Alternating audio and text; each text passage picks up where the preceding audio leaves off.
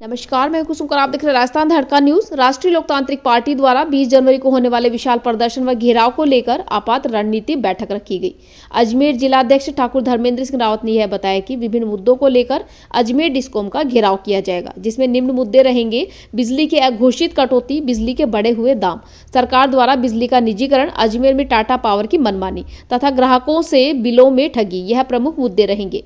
जिलाध्यक्ष रावत ने यह भी बताया कि इस दौरान राष्ट्रीय लोकतांत्रिक party supremo Hanuman Beniwal, party के तीनों विधायक एवं पार्टी के सभी पदाधिकारी मौजूद रहेंगे। विरोध प्रदर्शन की शुरुआत जिला कलेक्टर से सभी कार्यकर्ता एक रैली के रूप में पंचशील विद्युत डिस्कॉम तक पैदल जाएंगे। 20 जनवरी शुक्रवार को अजमेर डिस्कॉम घेराव में जिले भर से सभी किसान भाई, युवा, नौजवान साथी संघर्ष की इस लड़ाई में अधिक से अधिक संख्या में भाग लेंगे और इस निकम्मी तथा गूंगी और भ्रष्टाचारी सरकार को नींद से जगाएंगे। यह व्यवस्था परिवर्तन की लड़ाई जारी रहेगी। दोनों ही भाजपा और कांग्रेस का आंतरिक गठजोड़ जग जाहिर है। युवाओं और किसानों के लिए राष्ट्रीय लोकतांत्रिक पार्टी संघर्ष करती रहेगी। पार्टी 17 जनवरी को जयपुर, 19 जनवरी को बालोतरा व 20 जनवरी को अजमेर में महा आंदोलन करेगी। ब्यूरो रिपोर्ट, माल सिंह रावत। अजमेर के अंदर जो टाटा पावर की मनमानी और दादागिरी चल रही है, उससे संपूर्ण अजमेर के प्रत्येक व्यक्ति दुखी है। तो इन सभी चीजों को लेकर अजमेर में एक बड़ा विशाल प्रदर्शन किया जाएगा। आदरणीय हनुमान बेनीवाल जी के नेतृत्व में हनुमान बेनीवाल जी हमारे यहाँ सुबह 11:30 बजे पहुंचेंगे। हमारे पार्टी के पदाधिकारी सभी उनके साथ होकर एक रैली के रूप में अजमेर डिस्कॉम का घेराव किया जाएगा। रैली में कितने लोग शामिल होंगे? रैली में लगभग 5 से 7 हजार लोगों को आने की हमारी उम्मीद है। हमारी पूरी मेहनत है। इसके दौरान एक विशाल जनसमूह या अजमेर की सड़कों पर आपको देखने के मिलेगा। ऐसा पहला चरण क्या रहेगा? पहला चरण क्या? हमारा पहला चरण अजमेर कलेक्ट्रेट से शुरू होगा सुबह 11:30 से 12 के बीच में, और यहाँ से पदयात्रा के रूप में आदरणीय हनुमान बेनीवाल जी स्वयं और हमारे पार्टी के तीनों विधायक एवं प्रदेश और जिले के सभी कार्यकर्ता उनके साथ में पंचशील अजमेर डिस्कॉम तक जाएंगे और उसका घेराव करेंगे। अगला चरण क्या रहेगा? उसके बाद में वहां पर हमारी एक पार्टी के जो भी शीर्ष सुप्रीमो हनुमान बेनीवाल जी जो भी हमारे आदेश देंगे, उसके हिसाब से वहां पर बैठेंगे।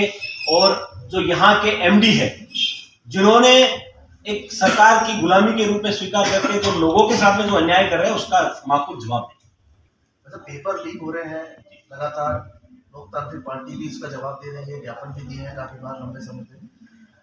आगे क्या लगता है कि इसमें कुछ सुधार आएगा या नहीं आएगा? देखिए, ये भ्रष्ट सरकारें युवाओं का जीवन बर्बाद कर रही है। बीजेपी के कार्यकाल में भी पेपर लीक हुए थे, और अब कांग्रेस के कार्यकाल में तो इतने पेपर लीक हो रहे हैं कि युवा पेपर देने जाता है और वापस घर आता है, उससे पहले ये खबर आ जाती है कि पेपर लीक हो गया और वो पेपर रद्द हो जाता है। युवाओं के सपने चूर चूर हो गए। उनकी एक उम्र होती है, जो बच्चा तैयारी करता है, उस उम्र को भी बेचारा वो पार कर जाता है, वो फिर उसके लायक नहीं रहता।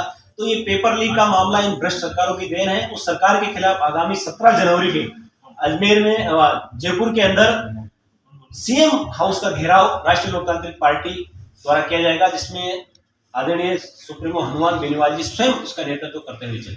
अभी आपने भूमाफियाओं की बात की थी। लगातार अरावली की जो प्रगति का जो सौंदर्य है खराब किया जा रहा है, भूमाफियाओं के खिलाफ क्या चल रहा है? सर, भूमाफियाओं के खिलाफ हमारा बहुत बड़ा आंदोलन है। इससे पहले भी हमने अजमेर में इस चीज की आवाज उठाई थी। भूमाफिया हो चाहे खनन माफिया हो, और अजमेर को तो पूरी तरीके से देखा जाए तो इस अरावली पर्वतमाला को लेकर और अजमेर के चारों तरफ की भूमि को यहाँ अजमेर के भूमाफियाओं ने कैप्चर कर लिया है। और उसके दौरान बीजेपी और कांग्रेस के नेता मिले जुले हुए हैं, आपस में एक दूसरे के खिलाफ कोई आवाज नहीं उठाते। क्योंकि नगर निगम की अभी मैं काफी समय से देख रहा हूँ, पूरे यहाँ गरीब ठेलेवाड़ों को एक कार्रवाई के नाम पे परेशान किया जाता है। कांग्रेस सरकार एक भ्रष्ट सरकार के रूप में सामने आई है। उसको लेकर बीजेपी और कांग्रेस की साठगांठ भी सामने आई है। आज राजस्थान के अंदर कहीं ना कहीं विपक्ष नहीं है, लेकिन राष्ट्रीय लोकतांत्रिक पार्टी राजस्थान में विपक्ष की भूमिका निभा रही है। हमारे आरएनपी के सुप्रीमो आदरणीय हनुमान बेनीवाल जी ने राजस्थान में एक बड़े आंदोलन का रूप दिया है, जो कि हमारा सबसे पहले 17 जनवरी को जयपुर के अंदर नीट को लेकर एक आंदोलन किया जाएगा, और द्वितीय 19 तारीख को बाड़मेर में बजरी माफियाओं के खिलाफ आंदोलन किया जा रहा है। और उसी तर्ज में अजमेर के अंदर 20 जनवरी को अजमेर विद्युत वितरण निगम लिमिटेड का घेराव किया जाएगा, क्योंकि हमारे यहाँ पर अभी तक भी किसानों को सही तरीके से बिजली नहीं मिल पा रही है, लोगों को बड़ी बिजली की दरों से परेशान है। और कहीं ना कहीं अजमेर के अंदर जो विद्युत का निजीकरण किया गया है, जिससे टाटा पावर अपनी मनमानी से बाज नहीं आ रहा, टाटा पावर लोगों को मनमाने बिल भेज रहा है और यहाँ के नेता, बीजेपी और कांग्रेस के नेता केवल चुपचाप बैठे बैठे देख रहे हैं। कहीं ना कहीं इन लोगों की ये देन है जिसने हमारे अजमेर को भी बर्बाद कर दिया और संपूर्ण राजस्थान को भी बर्बाद किया। तो इस विषय को लेकर आने वाली 20 जनवरी को आदरणीय हनुमान बेनीवाल जी के नेतृत्व के अंदर अजमेर जिला कलेक्ट्रेट से लेकर अजमेर डिस्कॉम तक पद यात्रा के रूप में हम निकलेंगे। इसके दौरान हमारे पार्टी के तीनों विधायक, हमारे प्रदेश के सभी पदाधिकारी और जिले से किसान भाई, युवा साथी सभी बड़ी संख्या में भाग लेंगे। कम से कम 5 से 10 हजार लोगों का यहाँ रेला होगा और इस कांग्रेस सरकार को ये बताया जाएगा कि तुम्हारे कुशासन से ये जनता परेशान है और इस कुशासन को उखाड़ फेंकने के लिए आने वाले 2023 में राजस्थान में एक बड़ा संदेश राष्ट्रीय लोकतांत्रिक पार्टी द्वारा दिया जाएगा।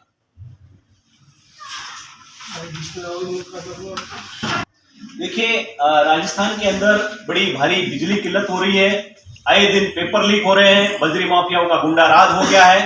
प्रशासन के नाम पर कहीं ना कहीं हर आम आदमी ठगा जा रहा है, प्रशासन बिल्कुल नगण्य हो गया और बढ़ती चोरियां, अपराध, महिलाओं के प्रति अपराध ये साबित कर रहे हैं कि कहीं ना कहीं कांग्रेस सरकार फेल हो गई है। इस चीज को लेकर आदरणीय हनुमान बेनीवाल जी के नेतृत्व में 20 जनवरी को अजमेर जिला कलेक्ट्रेट से लेकर अजमेर डिस्कॉम तक पदयात्रा निकाली जाएगी, जो रैली के रूप में होगी। और इस दौरान अजमेर के सभी किसान, युवा साथी भाग लेंगे, क्योंकि राजस्थान सरकार जो है वो आज भी, जहां फसलों का टाइम है, किसानों को बिजली नहीं दे रही है, आम आदमी बढ़ी हुई दरों से दुखी है और अजमेर के कार्रवाई के नाम पे परेशान किया जाता है। लेकिन बड़े बड़े भूमाफिया जो बैठे उनके खिलाफ आज तक कार्रवाई नहीं हुई। इससे यही साबित होता है कि यहाँ का भूमाफिया और यहाँ के नेता आपस में मिले हुए। आरएलपी पार्टी ने इस काम की पहल की, क्या कांग्रेस पार्टी या बीजेपी पार्टी आपके साथ सपोर्ट? सर, आज अगर बीजेपी अगर विपक्ष की भूमिका निभाती तो शायद ना तो पेपर लीक होते, ना भूमाफिया होते और न इतना बड़ा ये अपराध बढ़ता। लेकिन बीजेपी और कांग्रेस के नेता अगर मिलकर ये अपराध करा रहे हैं और जो ये चाहे रीट का बड़ा प्रकरण हो, चाहे बजरी का प्रकरण हो, तो ये भूमाफिया और ये पार्टियों के नेता आपस में मिले हुए, इसी का ये परिणाम है कि आज राजस्थान का आम आदमी ठगा हुआ महसूस कर रहा है। आने वाले 2023 के चुनाव के अंदर यहाँ की जनता उनको अवश्य जवाब देगी, जिसका आपको देखने को मिलेगा। 2023 में राष्ट्रीय लोकतांत्रिक पार्टी एक बड़े दल के रूप में भी उभर के आएगी, क्योंकि राजस्थान का युवा आज आरएलपी की तरफ ज्यादा झुकाव दे रहा है, क्योंकि आरएलपी उनके संघर्ष के लिए लड़ाई लड़ रही है। आखिरी सवाल, 20 तारीख को आपका ये आंदोलन शुरू होने वाला है, देखिए सर, यहाँ अजमेर के अंदर हमारे सुप्रीमो नेतृत्व के अंदर जो भी हमें आदेश देंगे, इसको अनवरत यहाँ रखना है, क्योंकि 23 जनवरी से विधानसभा का सत्र शुरू हो रहा है। तो एक लोगों की जो जनहित की आवाज है उसको एक बुलंद करने का कार्य राष्ट्रीय लोकतांत्रिक पार्टी कर रही है। 17 तारीख को जयपुर में रीट के खिलाफ किया जाएगा और जो पेपर लीक प्रकरण है उसके खिलाफ किया जाएगा। 19 तारीख को बाड़मेर के अंदर बड़ा आंदोलन जो वहां के बजरी माफिया है उनके खिलाफ किया जाएगा, क्योंकि राजस्थान के अंदर आज बजरी की रेट कोई व्यक्ति इतनी बढ़ा दी है, भूमाफियाओं ने इतना बड़ा कब्जा कर लिया है। आप देखिए, जो बजरी 200 रुपए टन आती थी, आज वो 2000 रुपए टन कर दी।